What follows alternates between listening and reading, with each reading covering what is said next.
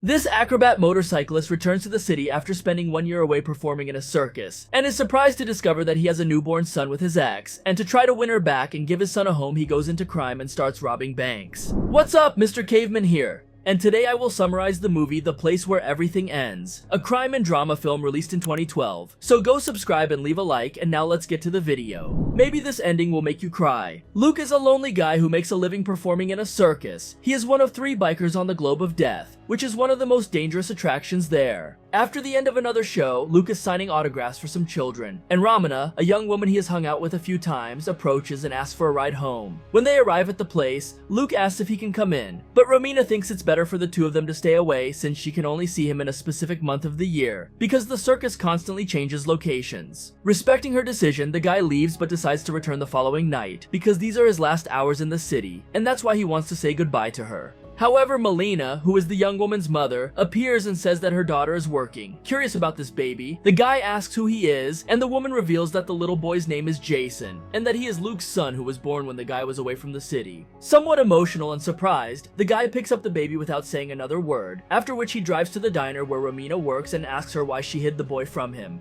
The young woman explains that she thought it would be better this way, because Luke keeps moving because of the circus. The guy then thinks for a few moments whether he should stay or leave, while Romina cries a lot because she knows it will be difficult to raise a baby without her father. As soon as it dawns, Luke makes his decision and decides to resign from the circus, and then he returns to Romina's house and suggests that he wants the two of them to come back and form a family. He even asks to take his son Jason to the park. However, she says it's not a good time because they're getting ready to go to church. Soon the reason for her nervousness is revealed. Kofi, who is the guy Romina is dating, appears with Jason on his lap. Despite this, Luke remains calm, but Kofi starts to judge him for smoking and having tattoos, in addition to revealing that this house is actually his and not Romina's. A few minutes later, Jason is being baptized at the church, and Luke arrives to watch and cries a lot. And to vent the frustration he is feeling, the guy goes to the forest and drives at high speed, running the risk of hitting a tree or falling and getting hurt. But suddenly, a mechanic called Robin, who is testing a quad bike, calls him to talk because he was impressed with his ability on 2 wheels.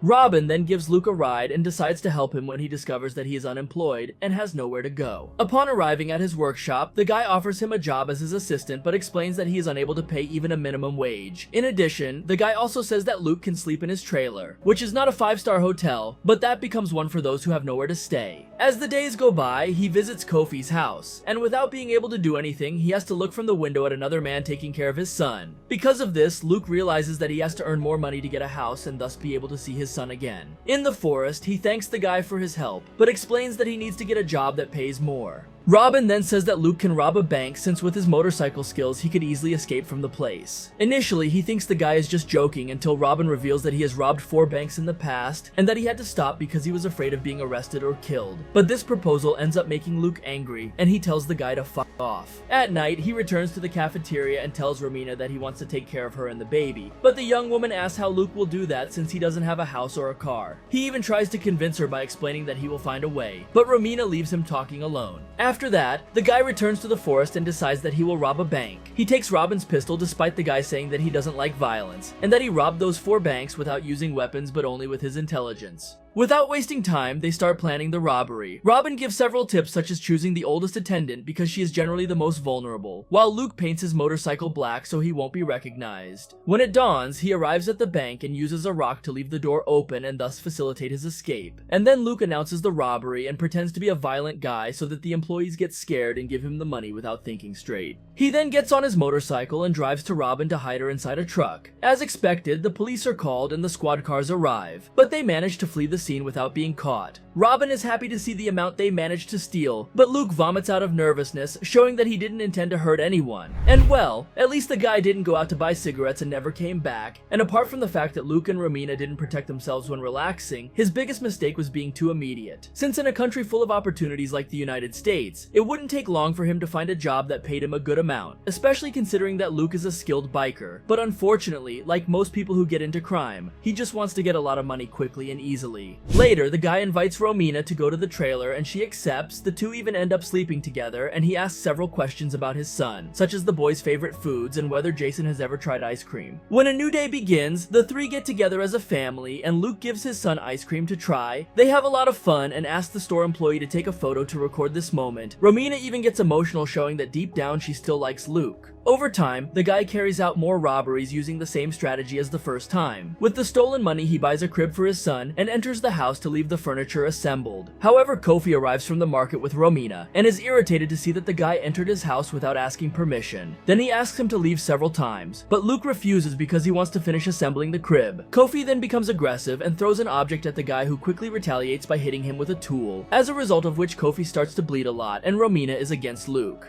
To our surprise, the guy doesn't try to escape and waits for the police to arrive to arrest him for trespassing and assault. But as Luke is a first-time offender, he has the right to pay a $2,500 bail to be released. The biggest problem is that he will have to stay away from Romina because she filed for a restraining order. However, the guy still waits for her to get off work to talk. He explains that he has accepted the fact that she doesn't want him anymore, but that she should at least let him give her son gifts. Luke then gives Romina a wad of money to help her pay the bills. Upon returning to the workshop, Robin says he doesn't want him to rob any more banks because he was just arrested. However, the guy doesn't listen to him because he intends to continue in this life earning a lot of money easily. As soon as it dawns, Luke discovers that Robin dismantled his motorcycle to try to stop him from continuing the robberies. This makes him angry and he puts a gun in the guy's mouth. But to avoid being finished, the mechanic gives him the money to repair the motorcycle or buy a new one. In the next robbery, things go wrong and Luke begins to be chased by a police officer called Avery Cross. He even tries to escape through a cemetery, but the back tire of his motorcycle goes flat and he is forced to leave the motorcycle and hide inside of a house. Luke even thinks about taking the family that lives there hostage, but decides to let them escape through the door. From the front, Avery calls for reinforcements and begins searching the rooms in search of the fugitive. At the same time, Luke calls Romina and desperately asks her never to tell Jason what he did. Then Avery breaks into the room and shoots the criminal, but is also injured by a gunshot. But unlike him, Luke dies after falling out of the window and hit your head on the floor. After undergoing surgery, the police officer wakes up in a hospital bed and his wife Jennifer and his father Albert, a Supreme Court judge, show up to visit him, and because this was the first time Avery submitted someone, he starts crying no matter how much of a criminal he was. Soon after that, William, who is the city's prosecutor, arrives to hear the guy's testimony because this is standard police procedure, but he feels uncomfortable having to describe how everything happened. When Avery is discharged, he returns to his house and sits in the living room to watch TV. But suddenly, an article shows that Luke had a son, making the guy feel guilty despite having done what was right. A few minutes before bed, Jennifer suggests that her husband quit the police because she's afraid he'll end up dying, but this makes Avery angry because he loves his job. After a few weeks, the guy recovers from the injury and has to talk to a psychologist to prove that he can continue performing his role. And then Avery lets it slip that she's having trouble taking care of her young son because she keeps remembering Luke's son who was orphaned because of him. Later, because they know the guy isn't right in the head, his friends show up to visit it.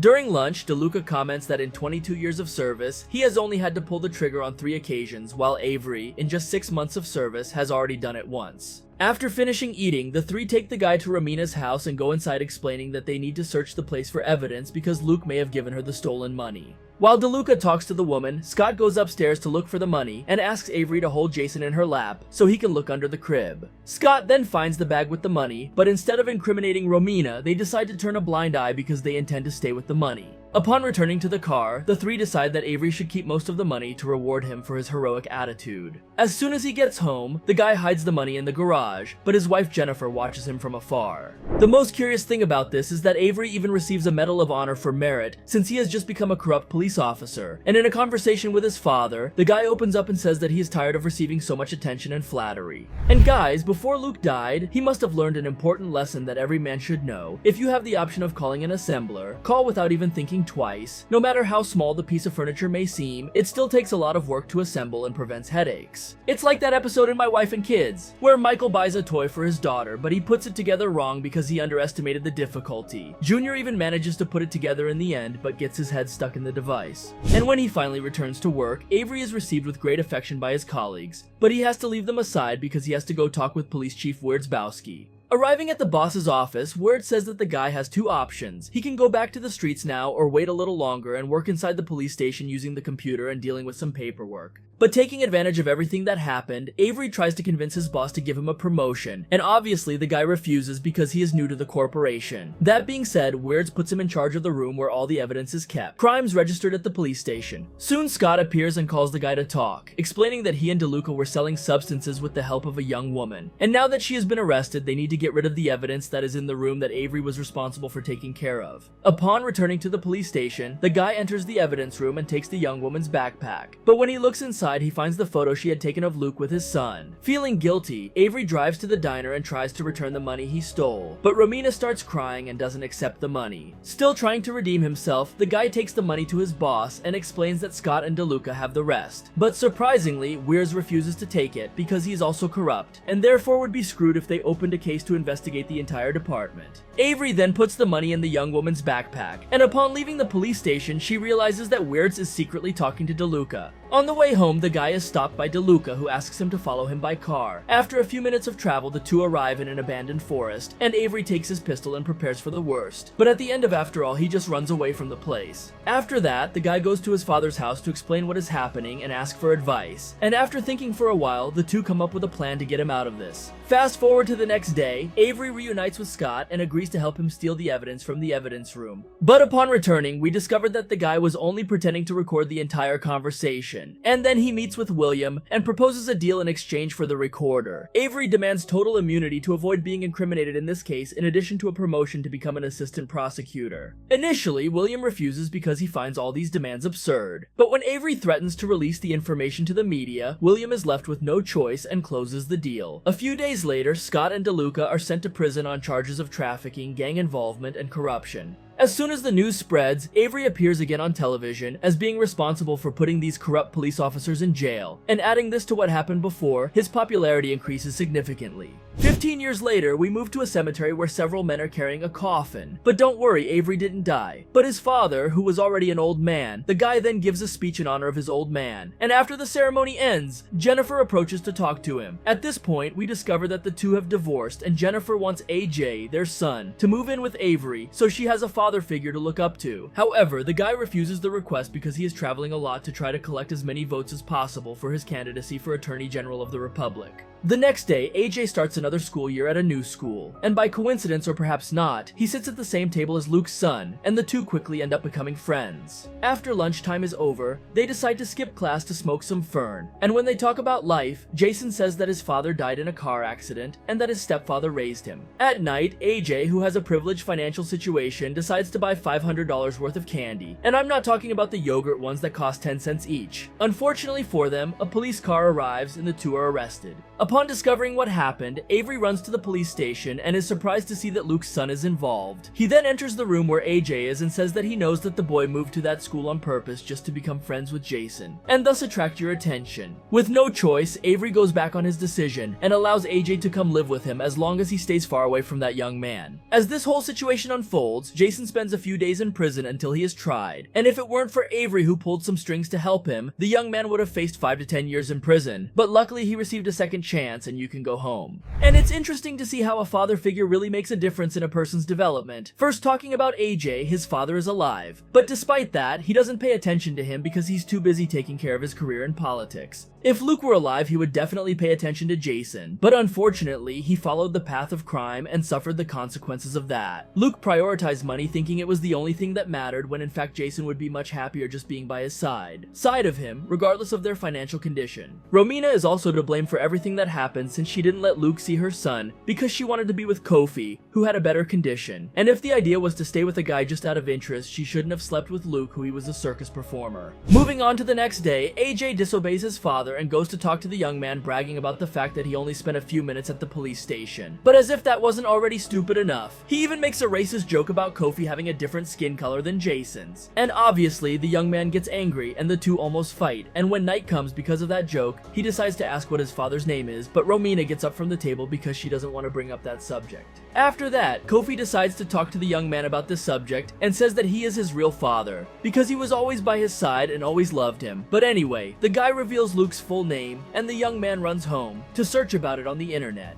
And reading some news, Jason discovers that his biological father died in a bank robbery, and as soon as it dawns, he goes to the workshop to talk to Robin.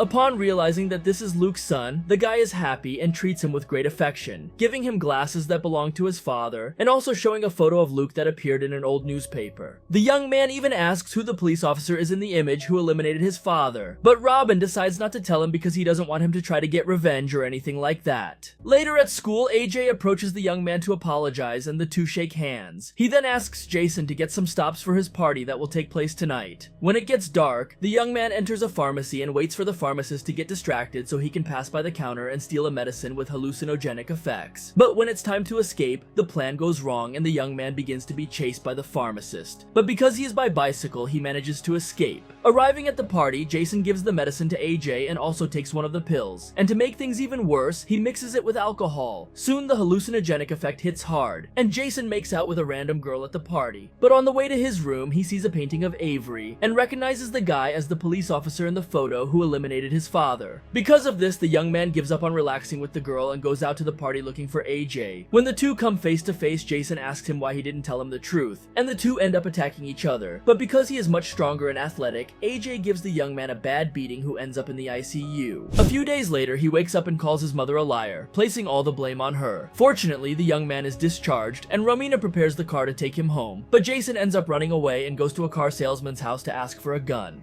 When it dawns, he enters AJ's house and points a gun at him, and the scene quickly cuts and shows AJ lying on the floor. And then Avery arrives without knowing anything, and is surprised by the young man who tells him to get back in the car and drive to an isolated forest. Upon arriving at the scene, Jason asks for the guy's wallet, and tells him to kneel. Avery then starts crying, not because he's afraid of dying, but because he feels genuine regret for having eliminated his father. And when he opens his wallet, Jason finds that photo that Avery took in the evidence room, and with that realizes that the guy actually regrets it, and that's why he decides to let him live. Finally, Avery arrives home and is relieved to see that his son only was whipped with the gun. And when the votes are counted, he discovers that he won the election for Attorney General. Jason decides to leave home and sends that photo to his mother, and to follow in his father's footsteps, he buys a motorcycle and drives towards the place where everything ends. Hey guys, if you go through the same situation as Jason, would you try to get revenge or leave the past behind? Thank you very much for watching, please subscribe and see you next time.